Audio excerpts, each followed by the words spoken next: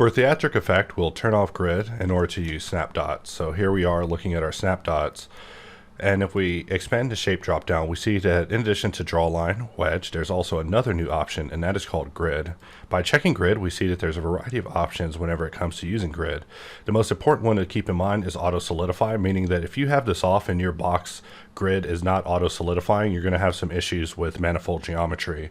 But having it solidified will give a more predictable result. And then of course you can choose how many divisions shows up in your grid draw.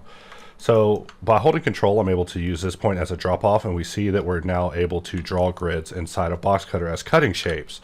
And by pressing T, you're able to adjust the thickness. If you press Shift G, you can actually go into a grid modal where you can scroll down the wheel in order to choose how many segments you actually have occurring inside of your grid. And just like that, we have now created a grid shape on this side looking like a cool little button panel. And on the other side, we can do the same thing. We see that once we draw the grid out, it's automatically receiving the solidification.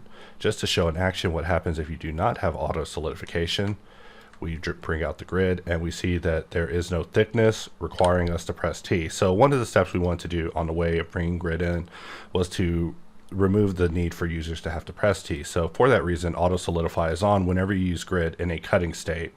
However, in the event that you're doing, like say a knife cut, you probably want to have auto solidify off so you can use grid as more of a free-form knife tool.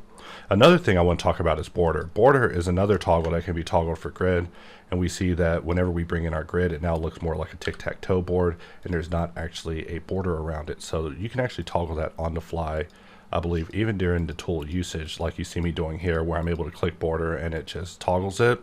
We could even get rid of the grid altogether and just be brought back to a red shape with solidification. When it comes to removing modifiers, all you have to do is just press the key twice and you're able to remove it. So I'd press T a second time and it removed it, just like if I were to press B and remove it again pressing B.